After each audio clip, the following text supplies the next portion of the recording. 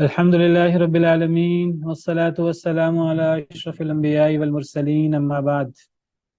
ہاں جی، ہمارے پچھلے لیکچر میں ہم نے آخری بات کیا کی تھی؟ کیا موضوع چل رہا تھا ہمارا؟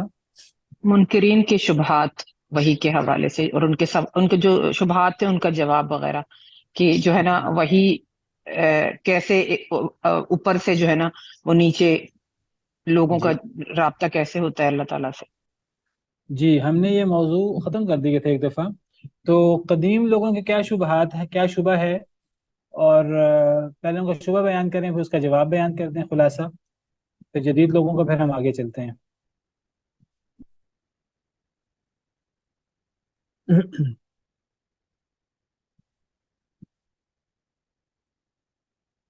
کیا شبہ ہے ان کا؟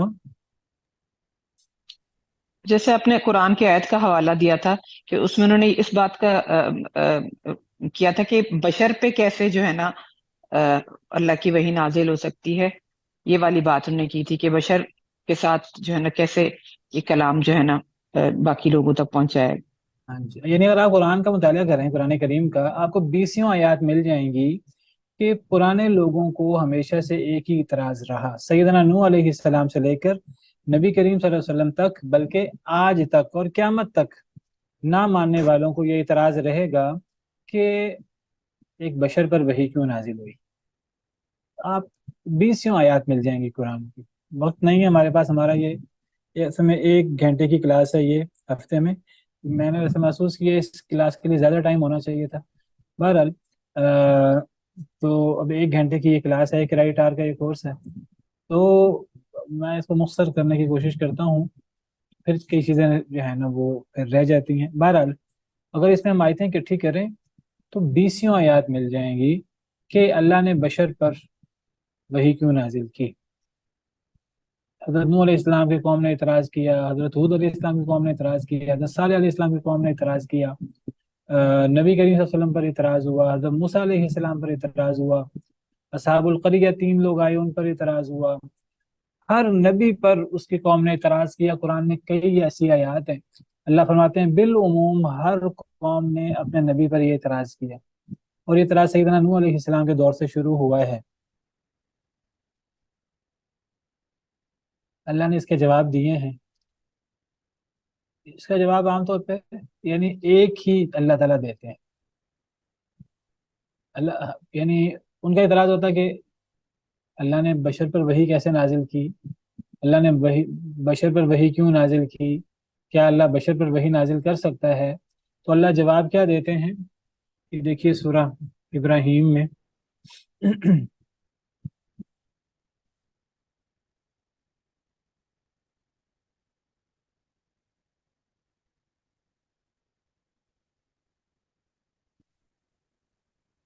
سورہ ابراہیم آیت نمبر اس میں 9 10 11 12 ان آیات میں اللہ تعالیٰ اصل میں ایک عمومی تذکرہ کر رہے ہیں۔ حضرت موسیٰ کے حوالے سے اللہ نے ذکر کیا کہ حضرت موسیٰ نے اپنی قوم سے کہا کہ اے میری قوم، اگر تم اور زمین میں جتنے بھی لوگ ہیں اگر سب بھی کفر کرو گے تو اللہ تعالیٰ تو بے نیاز ہے، تعریف کیا گیا ہے۔ اور پھر اپنی قوم سے حضرت موسیٰ نے کہا الم یأتکم نبأ الذین من قبلکم، کہ اے میری قوم کیا تمہارے پاس پچھلے لوگوں کی خبر نہیں آئی، قوم نوح، قوم عاد، قوم سمود۔ قوم نوح سے سلسلہ شروع ہوا، جیسے میں نے کہا یہ اعتراض کا قوم نوح، قوم عاد، قوم سمود، والذین من بعدہم، جو ان کے بعد ہیں حضرت موسیٰ علیہ السلام تک۔ قوم نوح کے بعد قوم عاد ہے، قوم عاد کے بعد قوم سمود ہے، قرآن میں جن کا ذکر ہوا یہی ترتیب ہے۔ قوم نوح کا خلیفہ قوم عاد ہوئی، اور قوم عاد کی خلیفہ قوم سمود ہوئی، اور پھر حضرت موسیٰ تک آنے والے نبی قومیں ہزاروں، اللہ کو پتہ وہ کتنی قومیں ہیں، لا یعلمہم الا اللہ، اللہ کے علاوہ انہیں کوئی نہیں جانتا وہ کتنے لوگ ہیں۔ اللہ نے سب کا قصہ بیان نہیں کیا، اللہ نے چیدہ چیدہ چند قوموں کا، ان نبیوں کا قصہ بیان کیا ہے، لیکن اللہ عمومی تذکرہ کرتے ہیں۔ وہ اب کتنی قومیں اللہ کو پتہ ہے، اللہ کے علاوہ کوئی نہیں جانتا، تو ان کے پاس ان کے رسول روشن نشانیاں لائے تھے، تو انہوں نے اپنے ہاتھ اپنے منہوں پر یا رسولوں کے منہوں پر رکھ دیے دعوت سے روکنے کے لیے، اور انہوں نے کہا کہ اے رسولو تم جو بھی لائے ہو ہم اس کا انکار کرتے ہیں، ہم شک میں۔ انہوں نے انکار کیا رسولوں کا،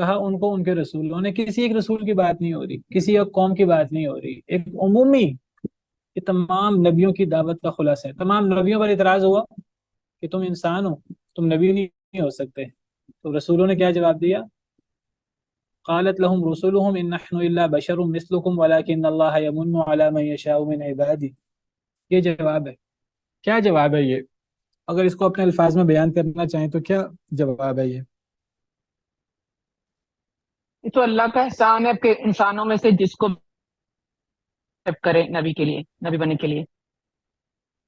اس میں جواب کیا؟ ان کا اعتراض ہے کہ بشر رسول نہیں ہو سکتا، یعنی بشر ہی ہیں۔ جواب کیا ہوا اللہ کا؟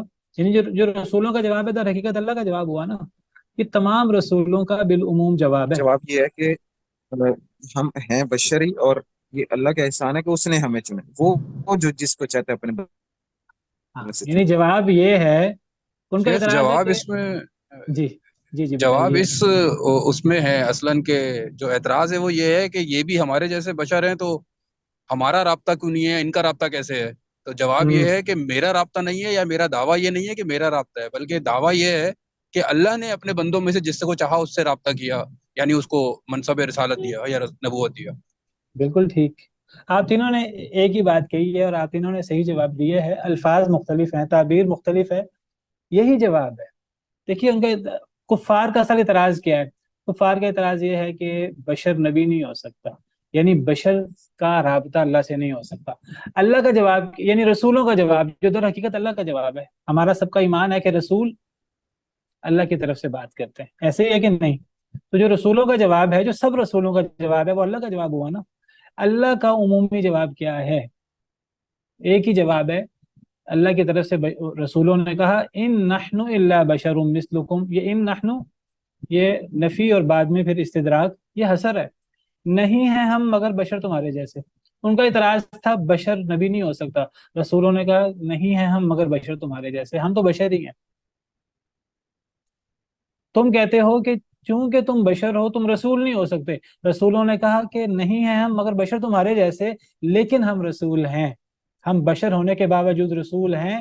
اللہ اپنا احسان جس پر کرنا چاہے اپنے بندوں میں سے، یعنی ان کا اعتراض یہ تھا کہ جو بشر ہے ہم جیسا وہ رسول نہیں ہو سکتا۔ رسولوں نے اللہ کی طرف سے جو جواب دیا وہ جواب یہ دیا کہ ہاں ہم ہیں تو بشر تمہارے جیسے، یہاں تک تو آدھی بات تمہاری ٹھیک ہے، لیکن تمہاری اگلی آدھی بات کہ چونکہ آپ بشر ہیں اور واقعی رسول بشر تھے، بشر پر وحی نہیں ہو سکتی، تو رسولوں نے کہا بشر پر وحی ہو سکتی ہے۔ اللہ کرتا ہے، کس پر کرتا ہے؟ سب پر نہیں کرتا، کس پر کرتا ہے؟ جس کو وہ چن لیتا ہے، جس کو وہ چاہتا ہے۔ واضح ہے جواب؟ یہی جواب ہوا نا۔ ان کا اعتراض ہے کہ جی کیونکہ آپ بشر ہیں تو بشر نبی نہیں ہو سکتا۔ جواب کیا ہے؟ جواب ایک جملے میں یہ ہے کہ ہاں ہم بشر ہی ہیں، ہم بشر کے علاوہ کچھ اور نہیں ہیں۔ تمہارا یہ کہنا کہ بشر نبی نہیں ہو سکتا یہ بات غلط ہے، ہم بشر ہیں، بشر پر وہی ہو سکتی ہے لیکن ہر بشر پر نہیں، صرف اس بشر پر جس پر اللہ احسان کر دے۔ یہ ہے جواب کا خلاصہ۔ تو گویا کہ جواب یہ ہوا کہ وہ جو ان کا اعتراض ہے نا کہ بشر کا اللہ سے رابطہ کیسے ہو سکتا ہے، اگر ہو سکتا تو ہمارا رابطہ بھی کروا دیں۔ جواب یہ ہے کہ ہم تو رابطہ نہیں کرتے، رابطہ اللہ کرتا ہے۔ یہ کہنا کہ اللہ بھی رابطہ نہیں کر سکتا یہ بات غلط ہے۔ اللہ بشر سے رابطہ کر سکتا ہے، ہم بشر ہی ہیں، اللہ ہم سے رابطہ کرتا ہے، اللہ ہم پر وحی کرتا ہے، لیکن اب سوال ہے اللہ سب سے کیوں نہیں کرتا؟ اللہ جس کو چنتا ہے اس پر وحی کرتا ہے، اور اس کی دلیل کیا ہوتی ہے؟ میں نے پچھلے لیکچر میں ذکر کی تھی، اس کی دلیل کیا ہے کہ اللہ نے فلاں سے رابطہ کیا فلاں سے نہیں کیا؟ یہ تو کوئی بھی دعویٰ کر دے، غلام احمد قادیانی نے بھی دعویٰ کر دیا، مسلمہ کذاب نے بھی دعویٰ کر دیا، 30 کے قریب کذاب یہ دعویٰ کریں گے۔ دعویٰ کرنے والے بہت سے ہیں، سچے لوگ بھی تھے دعویٰ کرنے والے، اور نبی کریم صلی اللہ علیہ وسلم کے بعد جھوٹے لوگ بھی، کذاب بھی آئے، دجال بھی آئے جنہوں نے دعویٰ کیا۔ دعوے کا فرق کہاں سے ہوگا؟ میں نے ذکر کیا پچھلے لیکچر میں، دعوے کا فرق کہاں سے ہوگا کہ دعویٰ صحیح ہے کہ صحیح نہیں ہے؟ جی نماز کا وقت بھی ہو رہا ہے۔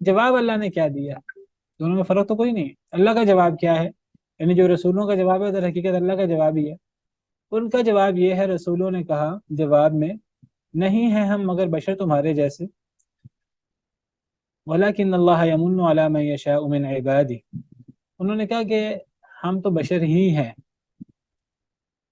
لیکن اللہ تعالیٰ احسان فرماتا ہے جس پر چاہتا ہے اپنے بندوں میں سے۔ یعنی انہوں نے کہا بشریت جمع رسالت عین ممکن ہے، لیکن ہر بشر میں رسالت نہیں ہوتی، جس پر اللہ کا احسان ہوتا ہے اللہ اس پہ، تو بشریت جمع رسالت عین ممکن ہے، یہ اصل میں اس کا جواب ہے۔ اب کس کون کون بشر رسول ہوتا ہے، وہ معجزے سے ثابت ہوتا ہے، وہ پھر آگے مزید تفصیل ہے اس کی۔ یہ تو جواب ہے پرانی قوموں کے حوالے سے اور پچھلی قوموں کے اعتراض اور اللہ کے جواب آسمانی کتابوں میں۔ جدید دور میں بھی یہ اعتراض ہوتا ہے، اس کا ایک جواب جدید انداز سے بھی دیا جا سکتا ہے۔ میں نے ذکر کیا تھا کہ یہ ہپناٹزم وغیرہ پہلے یہ ایک نظریہ تھا، اب تو یہ باقاعدہ ایک قانون بن چکا ہے، تجربات سے یہ چیز ثابت ہو چکی ہے۔ مسمرزم، ایک ڈاکٹر مسمر تھا جرمن، تو اس نے نظریہ پیش کیا تھا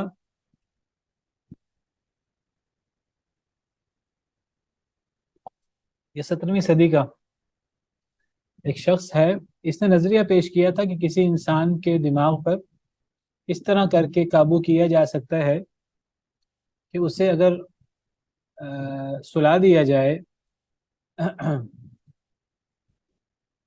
دماغ پہ قابو کر کے، تو اسے کوئی چیز اس کے دماغ میں بار بار اس کو سنا کر پکی کی جا سکتی ہے، تو کسی کے دماغ پر اس طرح کر کے قابو کیا جا سکتا ہے۔ اس کو مسمرزم کہتے ہیں، ڈاکٹر مسمر سے ہی لیا گیا یہ۔ تو یہ جرمن ایک شخص تھا، اس نے نظریہ پیش کیا، اس دور میں کئی لوگوں نے اس کا نظریہ ماننے سے انکار کیا، لیکن بعد میں پھر تجربات سے یہ چیز ثابت ہو گئی۔ اس کو عمل تنویم بھی کہتے ہیں، اس کو تو ہپناٹزم کہہ لیں، اس کی ایک صورت ہے۔ اس کے تجربات بھی بہت سارے ہوئے ہیں اور کتابوں میں تجربات موجود بھی ہیں، آج اس کا کوئی بھی انکار نہیں کرتا۔ اس کی مثالیں علوم قرآن کی کتابوں میں موجود ہیں۔ مناہل العرفان ایک مشہور کتاب ہے علوم قرآن کی، ایک مصری جامع ازہر کے عالم تھے، ان کی کتاب ہے یہ۔ انہوں نے اس میں باقاعدہ ایک واقعہ بھی ذکر کیا ہے، کس طرح ایک شخص نے، وہ کہتے ہیں کہ ہم نے خود دیکھا ایک شخص ہمارے سامنے، اس نے ایک دوسرے شخص پر مسمرزم کر کے، یہ عمل تنویم کر کے دکھایا ہمیں، اس نے سب لوگوں کے سامنے یہ عمل کیا۔ اس نے ایک شخص کے دماغ پر زور ڈالا، ایک شخص کے دماغ پر قابو کیا اس نے، اور پھر اس نے سلا دیا۔ وہ شخص سو گیا ہمارے سامنے، خراٹے لے رہا تھا، اتنی گہری نیند سو گیا کہ اگر ہم اس کو سوئی چبوتے تو اس سے بھی وہ نہیں اٹھتا تھا، اتنی گہری نیند وہ سو گیا۔ لیکن یہ مصنوعی نیند تھی جو اس شخص نے اس کے دماغ پر ہپناٹزم کر کے، دماغ پر قابو پا کر اس نے طاری کی تھی۔ پھر وہ شخص وہ سو رہا ہے، اور وہ پھر وہ سوتے سوتے اسے بات کر رہا ہے، اس کے دماغ میں ایک چیز نقش کر رہا ہے کہ تمہارا نام کیا ہے؟ وہ کہتا ہے میرا نام یہ ہے۔ وہ سو رہا ہے اور بات چیت بھی ہو رہی ہے، اس نے قابو کیا ہوا اس پر، تو وہ اس سے کہتا ہے تمہارا نام یہ نہیں، تمہارا نام یہ ہے، تمہارا نام یہ ہے۔ ابھی تم اٹھو گے کچھ دیر بعد، اپنے اٹھنے کے آدھے گھنٹے تک تم نے اپنا یہ پرانا نام بھول جانا ہے جو تمہارا ماں باپ نے نام رکھا، یہ جو نیا نام میں تمہیں دے رہا ہوں تم نے یہ نام یاد رکھنا ہے۔ آدھے گھنٹے بعد تم اس سارے معاملے کو بھول جانا اور پھر پرانی چیزیں واپس لوٹ آئیں۔ تو یہ عمل کر کے اس نے اس بندے کو جگا دیا۔ جب وہ بندہ جاگا، اب وہ مناہل العرفان کے جو مصنف ہیں وہ کہتے ہیں کہ ہم نے اور دیگر لوگوں نے اب اس شخص کو پکارا اس کے پرانے نام سے، ہم اس کو پکار رہے ہیں، وہ متوجہ ہی نہیں ہو رہا، جیسے اس کو اپنے اس نام کا پتہ ہی نہیں، حالانکہ یہ اس کا وہ نام ہے جو ہمیشہ سے اس کا نام تھا، اسے اس کا نام کا پتہ ہی نہیں۔ ہم اس کو اس نئے نام سے پکار رہے ہیں جو اس عمل کرنے والے نے اسے نیا نام دیا آدھے گھنٹے کے لیے. جو اس کو اس نام سے پکارتا فوراً متوجہ ہوتا جیسے کسی کا اصل نام ہے. تو کہتے ہیں یہ اس کی کیفیت رہی آدھے گھنٹے تک. آدھے گھنٹے کے بعد وہ اپنی اصل کیفیت میں لوٹ آیا. تو وہ کہتے ہیں مناہل العرفان والے، وہ کہتے ہیں کہ دیکھیں، جب ایک انسان دوسرے انسان پر اس طرح حاوی ہو سکتا ہے، اور یہ اب ایک نظریہ نہیں ہے، ایک یہ ہائپوتھیسس نہیں ہے، یہ ایک باقاعدہ تجربے کے ساتھ سب اس کو مانتے ہیں، یہ ایک باقاعدہ اب ایک قانون بن چکا ہے سائنسی. تو آج کے دنیا کے لوگ بھی اگر وہی کا انکار کریں، یہ تو ایک انسان دوسرے انسان کے ساتھ یہ اس طرح رابطہ کر رہا ہے، تو کیا اللہ رب العالمین اپنے کسی مخلوق کے ساتھ اس انداز سے رابطہ نہیں کر سکتے کہ وہ وہی کریں؟ یہ ہرگز مقصود نہیں ہے اس سارے واقعے سے بیان کرنے سے کہ وہی بھی اس طرح ہوتی ہے جس طرح ہپناٹزم ہوتا ہے. صرف اس مثال سے یہ بیان کرنا مقصود ہے کہ جب ایک انسان دوسرے انسان کے ساتھ اس طرح کر کے ایک رابطہ کر رہا ہے اور ایک بات چیت کر رہا ہے، ایک اس کو میسج دے رہا اس کے دماغ کو، تو اللہ رب العالمین وللہ المثل الاعلی، کہ اللہ رب العالمین کسی انسان کے ساتھ اس طرح کلام نہیں کر سکتے، کسی پر وہی نہیں کر سکتے اس طرح. اور پھر یہ تو ایک ہپناٹزم ہے، اور پھر اب آپ دیکھیں آج لہریں موجود ہیں، لہروں کو قابو کیا ہوا ہے، اور یہ ٹیلی فون کے ذریعے آج ایک پاکستان میں بیٹھنے والا کس طرح سعودی عرب میں، امریکہ میں، پوری دنیا میں بات کرتا ہے، تار کے ساتھ بھی اور تار کے بغیر بھی، وائرلیس بھی، موبائل فون کے ساتھ، انٹرنیٹ پہ.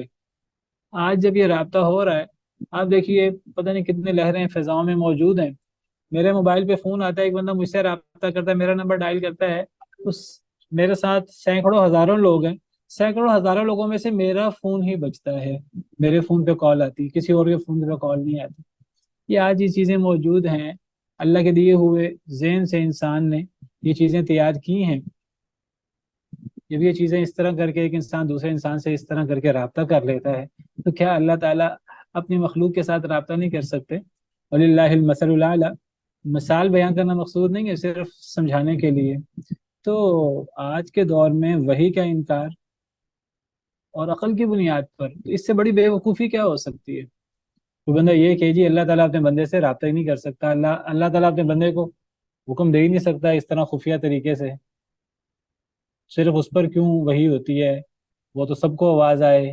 اور اس قسم کے اعتراض کتنے لغو اعتراض ہیں. تو یہ بات بالکل ازہر من الشمس ہے کہ وحی کا ہونا عین ممکن ہے عقلی طور پر. اور یہ کتنے عجیب لوگ ہیں، یہ مشرک لوگ، انہیں اللہ کا اپنے بندے سے رابطہ کرنا تو عقل کے خلاف نظر آتا ہے، لیکن انہیں اللہ کی مخلوق کو اللہ کا شریک بنانا یہ خلاف عقل نظر نہیں آتا. انہیں شرک کی الٹے سیدھے توہمات اور یہ جو الٹی سیدھی چیزیں ہیں، عجیب و غریب عقائد لوگوں کے توہمات ہیں، اور اپنے آپ کو بڑا پڑھا لکھا سمجھتے ہیں، اپنے آپ کو ڈاکٹر کے لانے والے، بڑے بڑے سیاستدان، بڑے بڑے ملکوں کے سربراہ، کافر تو کافر، مسلمان بھی کتنے توہمات میں مبتلا ہیں، کس طرح پیروں فقیروں سے ڈنڈے کھاتے ہیں اور وہ اپنی طرف سے وہ برکتیں حاصل کر رہے ہیں. تو ایسے مت ماری جاتی ہے.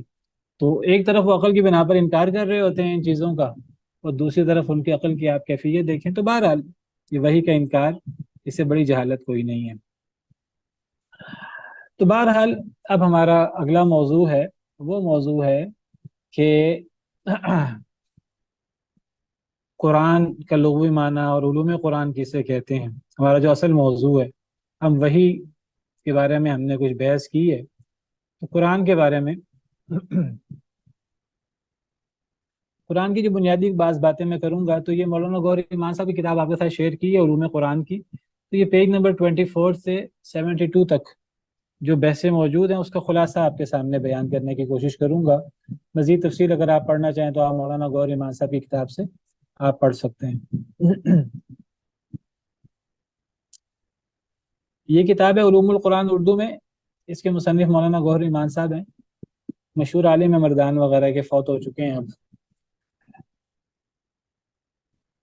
اسی طرح علوم قرآن کی ایک بڑی مشہور کتاب ہے، میں نے بھی اس کا نام بھی لیا، مناہل العرفان. وہ جامعہ ازہر کے عالم ہے علامہ عبدالعظیم زرقانی، تقریباً 100 سال پہلے آج سے. تو ان کی کتاب ہے، تو وہ عربی زبان کی مشہور ترین کتاب ہے، عبدالعظیم زرقانی، اس کا ترجمہ بھی ہو چکا ہے، ہماری ویب سائٹ پہ نہیں ہے، حال ہی میں اس کا ترجمہ ہوا ہے وہ، یعنی آج کل کی جدید کتابوں میں ایک سب سے مشہور کتابوں میں سے وہ کتاب ہے عربی زبان میں، مناہل العرفان فی علوم القرآن کے نام سے۔ تو ویسے اردو زبان میں علوم القرآن مولانا گوہر ایمان صاحب کی کتاب بھی ہے، علوم القرآن تقی عثمانی صاحب کی کتاب بھی ہے، علوم القرآن کے نام سے ہی مولانا شمس الحق افغانی ان کی کتاب بھی ہے، تو زیادہ مشہور کتاب ہی مولانا گوہر ایمان صاحب کی ہے۔ تو اس میں قرآن کے حوالے سے کچھ بیسک چیزیں مل جائیں گی۔ تو اب قرآن جو ہے یہ کس سے نکلا ہے، اس کا معنی کیا ہے، بعض باتیں میں پہلے آپ کو ضمناً بتا چکا ہوں۔ میں نے آپ کو ذکر کیا تھا کہ قرآن یہ قرأ یقرأ کا مصدر ہے۔ قرأ یقرأ کا مصدر، تو قرأ یقرأ کون سا باب ہے، کون بتائے گا آپ میں سے؟ نصر قرأ ینصر، یقرأ کون؟ فتح. قرأ یقرأ، فتح یفتح، نصر ینصر تب بنے گا جب قرأ یقرؤ، را پہ پیش نہیں، را پہ زبر ہے، قرأ یقرأ، اقرأ، اقرأ کا مطلب ہے افعل، تو عین پہ زبر ہے مضارع میں، تو باب فتح یفتح ہوا۔ اس کا مصدر قراءہ، یہ جو قراءت کہتے ہیں تو وہ قرأ یقرأ کا مصدر ہے۔ اچھا، قرأ یقرأ کا مصدر قراءہ بھی آتا ہے اور قرأ یقرأ کا مصدر قرآن بھی آتا ہے۔ قرآن کیا وزن ہوگا؟ فعلان، یہ ثلاثی مجرد، فعلان، یہ ثلاثی مجرد ہے، ثلاثی مجرد کے جو وزن ہے وہ طے شدہ نہیں ہوتے، وہ سماعی ہوتے ہیں زیادہ تر۔ تو قرأ یقرأ کا مصدر قراءہ فعالہ کا وزن ہے، یہ بھی آتا ہے، اور قرأ یقرأ کا مصدر قرآن بھی آتا ہے فعلان کے وزن پر۔ اگر ہم کہیں کہ یہ قرآن، یہ قرأ یقرأ کا مصدر ہے، اس کا وزن فعلان ہے، تو حروف اصلی کیا ہوئے قرأ یقرأ کے؟ قرآن کا وزن اگر فعلان بنایا تو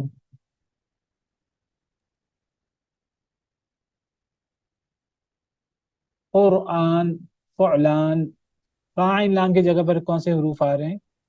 الف نون زائدہ آخر میں، تو فاعل لام کی جگہ پر کون سے حروف آ رہے ہیں؟ قاف را اور حمزہ. قاف را حمزہ۔ قاف را اور حمزہ۔ اکثر علماء کی رائے یہ ہے کہ قرأ یقرأ قراء، اس کا حروف اصلی قاف را حمزہ ہے، اسی سے قرآن بنا ہے۔ بعض علماء کی رائے یہ ہے کہ اس کا اصل قاف را اور حمزہ نہیں ہے، اس کا مادہ قاف را اور نون ہے۔ پہلے ہم نے کلاس میں بات کی ہے اس موضوع پر یا نہیں کی؟ اس کا اصل روٹ کیا ہے، قاف را حمزہ ہے کہ قاف را نون؟ اس حوالے سے بات پہلے ہوئی ہے کہ نہیں ہوئی؟ غالباً مادے کے لحاظ سے بات نہیں ہوئی، ویسے ہوئی ہے، یہ بات وزن کے پہلے حساب سے بات ہوئی ہے۔ وزن کے اعتبار سے امام شافعی وغیرہ کی رائے یہ ہے کہ اس کا اصل قاف را نون ہے، بعض علماء کہتے ہیں اس کا اصل قاف را حمزہ ہے۔ تو صحیح بات کیا ہے؟ جو کہتے ہیں قاف را حمزہ ہے ان کے نزدیک یہ فعلان ہے، قرآن فعلان، تو آخر سے الف نون زائد ہے، تو یہ دیکھیے میں آپ کو دکھاتا ہوں،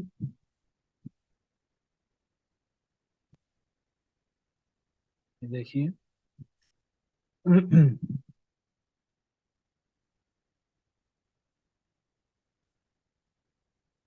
قرآن،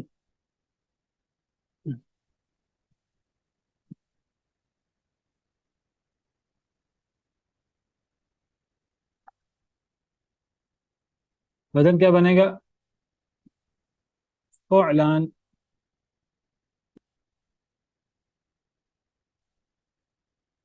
ہاں جی فعلان، الف نون زائد ہے تو فاعل لام آئے قاف را حمزہ کی جگہ پر، تو یہ تو ان لوگوں کے نزدیک جو کہتے ہیں اس کا روٹ قاف را حمزہ ہے، الف نون زائد ہے۔ جو لوگ کہتے ہیں اس کا حروف اصلی قاف را نون ہے، وہ کیسے اس کے حروف اصلی قاف را نون بناتے ہیں؟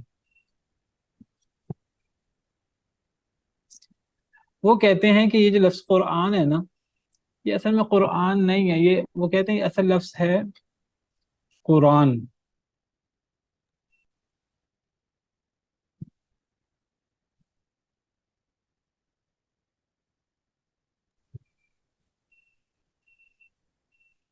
وہ کیا کہتے ہیں یہ اصل لفظ قاف پیش قو، را پہ زبر، اور قرآن،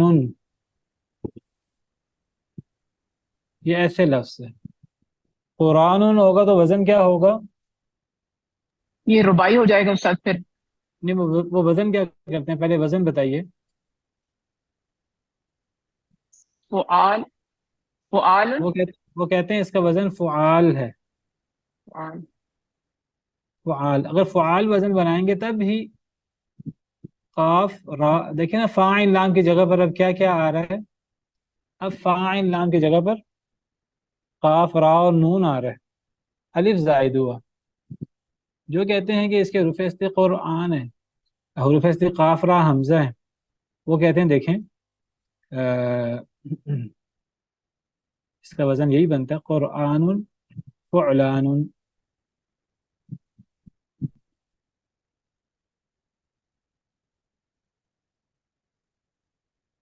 اب سوال پیدا ہوا اصل لفظ تو قرآن ہے، قرآن تو نہ ہوا، قرآن کیسے ہے؟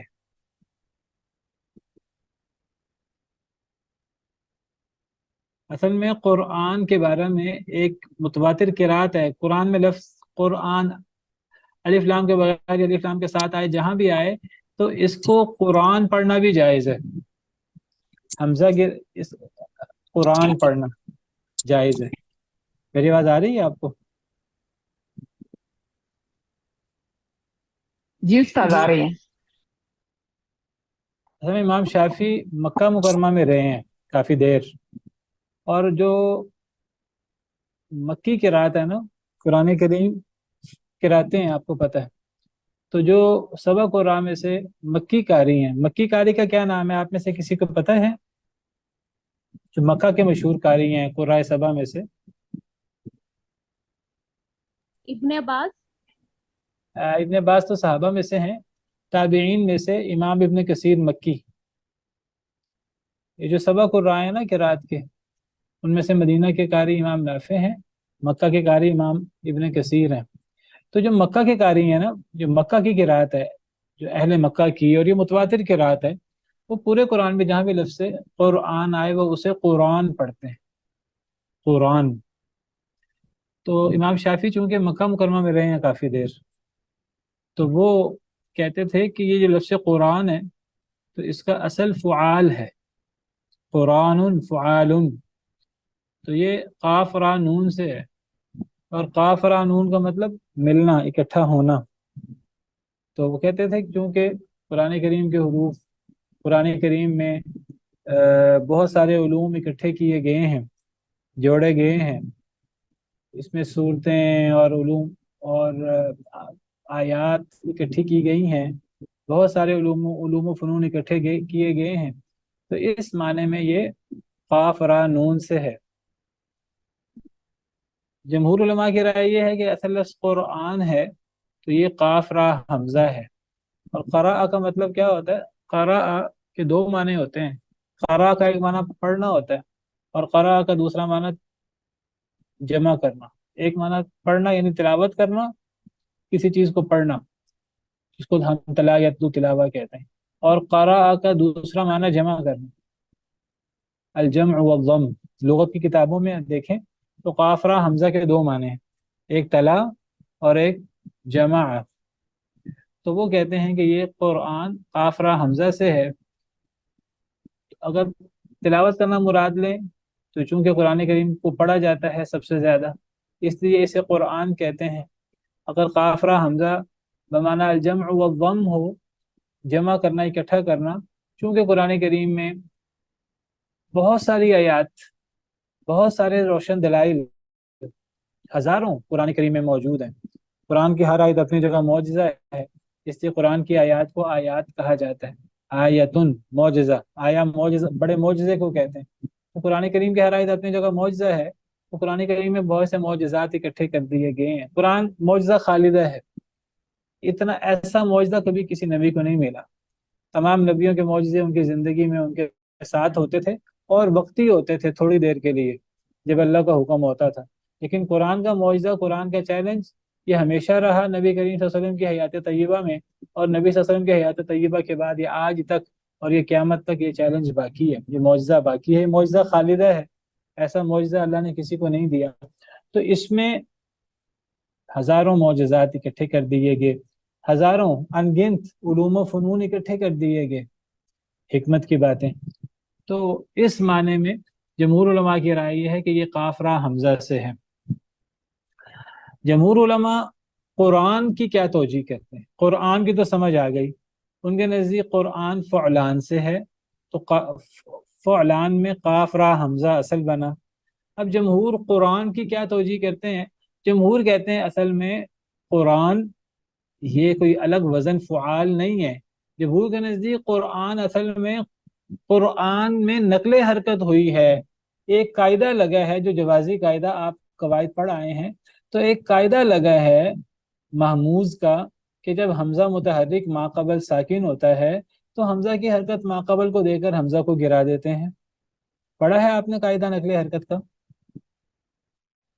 مشہور قاعدہ ہے. جی. تو وہ کہتے ہیں اصل میں امام ابن کثیر مکی پورے قرآن میں، قرآن الف لام کے ساتھ ہو یا الف لام کے بغیر ہو، وہ قرآن پڑھتے ہیں، وہ کہتے ہیں وہ اصل میں نقل حرکت کرتے ہیں. قرآن کی اصل یہ قرآن اصل لفظ نہیں ہے کہ ہم فعال وزن بنائیں. یہ قرآن اصل میں، قرآن میں تعلیل ہوئی ہے، تخفیف ہوئی ہے، نقل حرکت ہوئی ہے. جیسے ایک لفظ ہے اس ال،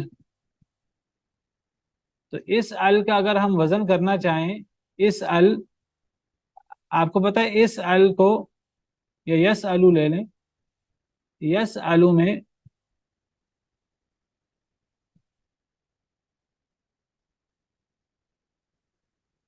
یس آلو کو آپ کو پتہ ہے اس کا وزن ہے یفعلو، اور آپ کو پتہ ہے اس میں نقل حرکت جائز ہے تمام یعنی عربوں کے ہاں. تو اس میں قبائل اس کو یسلو بھی پڑھ لیتے ہیں. بعض قبائل یسلو میں کیا کرتے ہیں، حمزہ کی حرکت سین کو دے دیتے ہیں اور سین کو گرا اور حمزہ کو گرا دیتے ہیں. ایسے ہے کہ نہیں؟ اب یسلو کا مطلب، اب اس کا وزن کرنا چاہیں، یس الو کا وزن کریں تو یفعلو، یسلو کا وزن کریں وہ بھی یفعلو ہوگا. یہ نہیں کہ یسلو کا اب ہم اس کا روٹ ہی الگ بنا دیں گے، ہم اس کو فا کہہ دیں گے، اس کو عین کہہ دیں گے، اس کو لام کہہ دیں گے، ایسے نہیں ہوگا. یسلو کا وزن بھی یفعلو ہی ہوگا، ہم کہیں گے وہ نقل حرکت ہوئی ہے. تو جب قرآن کا وزن فعلان ہے، قاف را حمزہ ہے، اگر اس میں نقل حرکت کر دیں تو قرآن کا وزن بھی اصل میں قرآن ہے تو فعلان وزن ہے. تو اس کا حمزہ کی حرکت را کو مل گئی، حمزہ گر گیا. اب لام کلمہ گرا ہوا ہے قرآن میں، جیسے یسلو میں حمزہ عین کلمہ ہے، جب عین کی حرکت ہم نے سین کو دے دی اور عین کو گرا دیا تو اب عین گر گیا. اب یہ نہیں کہ ہم اب یا کو فا کلمہ بنا دیں اور سین کو عین کلمہ بنا دیں اور لام کو لام کلمہ بنا دیں، ایسا نہیں ہے. تو قرآن کا وزن بھی، اس کے روٹ بھی وہی ہیں، قاف را حمزہ. یہ کون کہتے ہیں؟ جمہور، جو کہتے ہیں اس کی اصل قاف را حمزہ ہے. ابھی بہت بڑا سوال وارد ہوتا ہے ان لوگوں پر جو قرآن کی اصل فا عین لام قاف را نون بتاتے ہیں. ان سے دیکھیں قرآن میں تو چلے ہم مان لیتے ہیں کہ قرآن کا وزن فعال ہے. مسئلہ یہ ہے کہ جو قرآن کو قرآن پڑھتے ہیں متواتر قرات، وہ چلے قرآن کی تو توجیہ کر دی انہوں نے کہ اس کا وزن فعال ہے، قاف را نون. تو قرآن بھی تو متواتر قرات ہے، وہ متواتر قرات کی کیا توجیہ کریں گے؟ اگر وہ کہیں کہ قرآن کا یہ قاف را نون ہے اس کا اصل، تو پھر قرآن کی کیا توجیہ کریں گے؟ اس کا کیا وزن بنائیں گے؟ اس کا پھر پتہ وزن کیا بنے گا؟ اگر اس کا اصل قاف را نون بنائیں ہم، پھر اس کا اصل بنے گا قرآن کا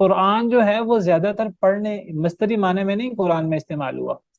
قرآن زیادہ تر قرآن کریم میں پڑھی ہوئی چیز کے معنی میں استعمال ہوا ہے، یعنی اسم مفعول کے معنی میں استعمال ہوا ہے.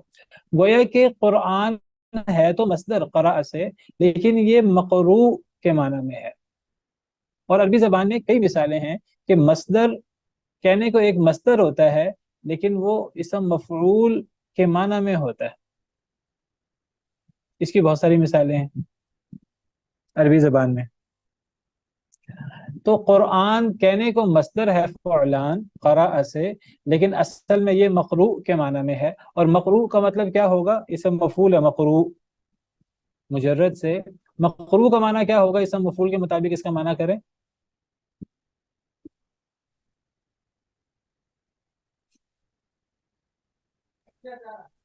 پڑھی جانے والی چیز. جس کو پڑھا گیا، جس کو پڑھا گیا، یہ اس کا اسم مفعول کا معنی ہے. تو قرآن یہ مصدر ہے اسم مفعول کے معنی میں. آخر میں نے لکھا ہے عربی میں کبھی مصدر کو اسم مفعول کے معنی میں استعمال کیا جاتا ہے. کلام اللہ کو اسی معنی میں قرآن بمعنی مقروء کہا جاتا ہے. تو قرآن کا مطلب کیا ہوگا؟ بار بار پڑھی گئی چیز، بہت زیادہ پڑھی گئی چیز. ہے مصدر فعلان کے وزن پر لیکن مفعول کے معنی میں ہے. یا پھر ہم کہیں گے یہ تب ہے جب ہم اس کا معنی طلاق کریں. اگر ہم اس کا معنی جمع کریں، جمع اس کا ایک معنی جمع کرنا بھی ہے. تو جمع اگر ہم اس کا معنی پڑھنا کہیں تو چونکہ قرآن کو پڑھا جاتا ہے، تلاوت کی جاتی ہے، تو وہ پھر قرآن بمعنی مقروء ہوگا. اگر اس کا معنی جمع کرنا کریں تو تب بھی جمع کرنا، قرآن جمع کرنے کے معنی میں ہے مصدر، لیکن یہ اسم مفعول کے معنی میں ہے مجموع کے معنی میں، یعنی جس میں بہت ساری چیزوں کو جمع کر دیا گیا ہے. اسم مفعول کا معنی کیا جمع کیا گیا ہے؟ اس میں حروف اور کلمات کو جمع کیا گیا ہے، اس میں آیات معجزات کو جمع کیا گیا ہے، اس میں بہت سی علم و حکمت اور گہری باتوں کو جمع کر دیا گیا ہے. تو اس معنی میں بھی قرآن کو قرآن کہتے ہیں.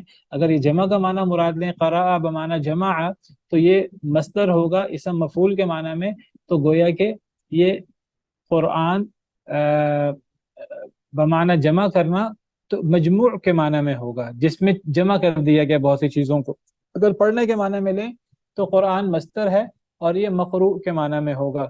تو قرآن کا معنی کیا ہوا؟ اگر پڑھنا مراد لیں تو وہ چیز جس کو بار بار پڑھا جائے، یا اگر جمع کرنا مراد لیا جائے تو وہ چیز جس میں بہت سارے علم و حکمت اور فنون کو اکٹھا کر دیا گیا ہے. تو یہ مصدر ہوا اسم مفعول کے معنی میں. واضح ہے؟ لیکن قرآن کریم میں لفظ قرآن شاذ و نادر مصدر کے معنی میں بھی استعمال ہوا ہے. قرآن زیادہ تر قرآن کریم میں مقروء یا مجموع کے معنی میں، اسم مفعول کے معنی میں. بعض ایسی آیات ہیں اکا دکا جن میں یہ مصدر کے معنی میں بھی آیا ہے. مثلا اس کی مثال ہم ترجمہ کرتے ہیں، دیکھیں تلک آیات القرآنی و کتاب مبین. ہم یا قرآن سے مراد اگر مصدری معنی لیں تو کیا معنی بنے گا؟ تلک آیات القرآنی. آپ مصدری معنی کریں، کیا معنی بنے گا؟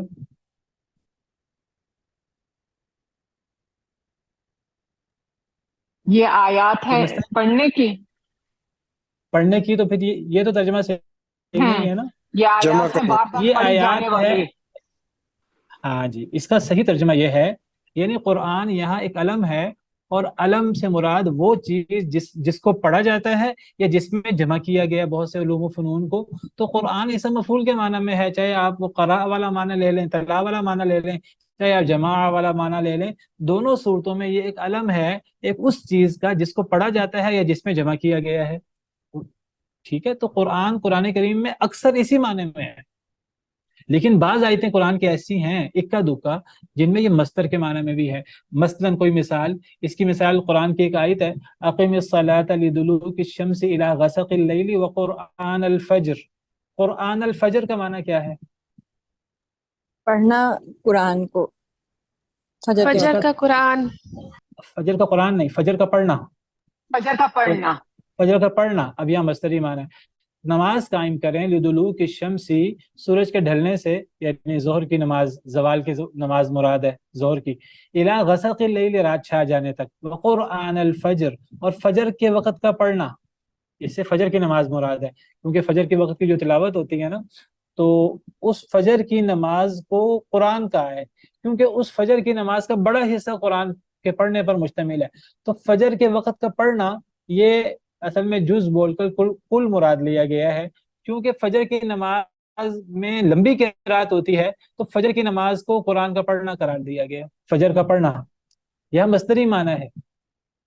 اسی طرح قرآن کی ایک آیت ہے، ثم لا تحرک به لسانك لتعجل به ان علينا جمعه وقرآنه فاذا قرأناه فاتبع قرآنه، یہ سورہ قیامہ کی، یہاں بھی قرآن مصدر کے معنی میں ہے، ان لا تحرک به لسانك لتعجل به، اپنی زبان کو حرکت نہ دیں تاکہ آپ جلدی کریں، ان علینا جمعه، بے شک ہمارے اوپر ہی ہے اس کو جمع کرنا، جمعه یہاں جمع مصدری معنی ہے، جمع یجمع سے مصدر ہے، جمعه یہاں جمع مصدری معنی ہے، بے شک ہمارے اوپر ہی ہے اس کو جمع کرنا، وقرآن اور اس کو پڑھنا، تو یہ یہاں قرآن مصدری معنی میں، یہ دو آیتیں ہیں جن میں قرآن مصدری معنی میں بمعنی قر یا قراءہ استعمال ہوا ہے، ان علینا جمعه وقراءته، یہ اس معنی میں ہے، اور اقم الصلاۃ لدلوک الشمس الی غسق اللیل وقرآن الفجر، یہ قراءت الفجر کے معنی میں استعمال ہوا ہے، لیکن باقی جگہوں پر قرآن جو ہے وہ اسم مفعول کے معنی میں استعمال ہوتا ہے۔ اسی پر ہم آج بس کرتے ہیں، بس آپ ایک چیز آپ نے کرنی ہے، یہ تو قرآن کی لغوی تھوڑی سی بحث ہم نے کی ہے، قرآن کی اصطلاحی تعریف کیا ہے یہ میں آپ کو آپ کے گروپ میں شیئر بھی کر دیتا ہوں، ڈسکشن گروپ میں، تو یہ قرآن کی اصطلاحی تعریف آپ نے یاد کرنی ہے۔ ایک تعریف علماء اصول کے ہاں ہے اصطلاحی تعریف، ایک تعریف علماء اصول کے ہاں ہے، اور ایک تعریف علماء عقیدہ کے ہاں ہے، یہ دونوں تعریفیں آپ نے یاد کرنی ہیں، تو مزید اس پر ہم اگلے لیکچر میں انشاءاللہ بات کریں گے، اگلا ہمارا جو علوم قرآن کا لیکچر ہوگا اس پر ہم تفصیل سے بات کریں گے، تو قرآن کی اصطلاحی تعریف پر آگے ہم بات کریں گے انشاءاللہ۔ تو میں یہ دونوں تعریفیں، ایک علماء اصول کے ہاں، علماء اصول سے مراد جو اصول فقہ کے علماء ہیں، اصول حدیث کے، اصول تفسیر کے جو علماء ہیں ان کو علماء اصول کہتے ہیں، جو اصول فقہ، اصول حدیث، اصول تفسیر وغیرہ جس کی بنیاد امام شافعی نے رکھی تھی، الرسالہ، اصول، تو جو اصولی علماء ہیں، تو اصولی علماء کے ہاں قرآن کی کیا تعریف ہے اصطلاحی، اور پھر علماء عقیدہ کے ہاں، یہ اصل میں عقیدے کا موضوع ہے، تو علماء عقیدہ کے ہاں قرآن کی کیا تعریف ہے، یہ دونوں تعریفیں میں آپ کے ساتھ شیئر کر رہا ہوں۔ کون سا گروپ ہے آپ کا؟ یہ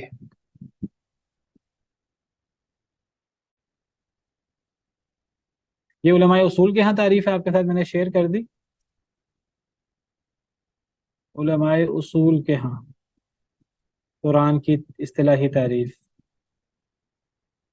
اور یہ اگلی تعریف میں شیئر کر رہا ہوں، ان دونوں تعریف کی وضاحت ہے انشاءاللہ اگلے لیکچر میں پڑھیں گے۔ یہ علماء عقیدہ کے ہاں قرآن کی تعریف ہے، کلام اللہ تعالی منزل غیر مخلوق منہ بدأ وإلیہ یعود، تعریف القرآن اصطلاحا عند علماء العقیدہ، یہ دونوں تعریفیں میں نے آپ کے ساتھ شیئر کر دی ہیں، تو اسی پر بس کرتے ہیں، باقی انشاءاللہ آئندہ کوئی سوال ہے تو آپ کر لیجیے۔ سبحان ربک رب العزت عما یصفون وسلام علی المرسلین والحمد للہ رب العالمین۔